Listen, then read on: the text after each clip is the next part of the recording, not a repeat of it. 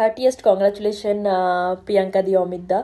দেখতে দেখতে তোমরা 5টা বছর এভাবে পার করে দিলে, মানে বিজনেসে আপস অ্যান্ড ডাউন অনেক কিছু আসে, বাট তুমি আর প্রিয়াঙ্কা দি স্পেশালি কাঁধে কাঁধ মিলিয়ে হাতে হাত রেখে তোমরা যেভাবে বিজনেসটাকে গ্রোথ করলে, সেটা তো অ্যাটলিস্ট আমি তো দেখেছি। কারণ কি, একটা কাস্টমার থেকে একটা আমরা যে ফ্যামিলিয়ার বন্ড আমরা ক্রিয়েট করেছিলাম, সেটা সত্যিই আমার কাছে অনেকটাই আনফরগেটেবল।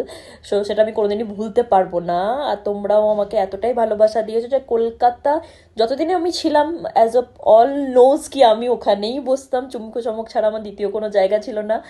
আর স্টিল আমি যখনই কলকাতা যাই এখনও, তখনও আমার জন্য ওটাই খুব স্পেশাল জায়গা। আর তোমাদের সাথে যে বন্ডটা আমার আজও আছে, আমি চাইবো ভগবানের কাছে যে তোমাদের সাথে বন্ডটা যেন আমার ওরকমই থাকে।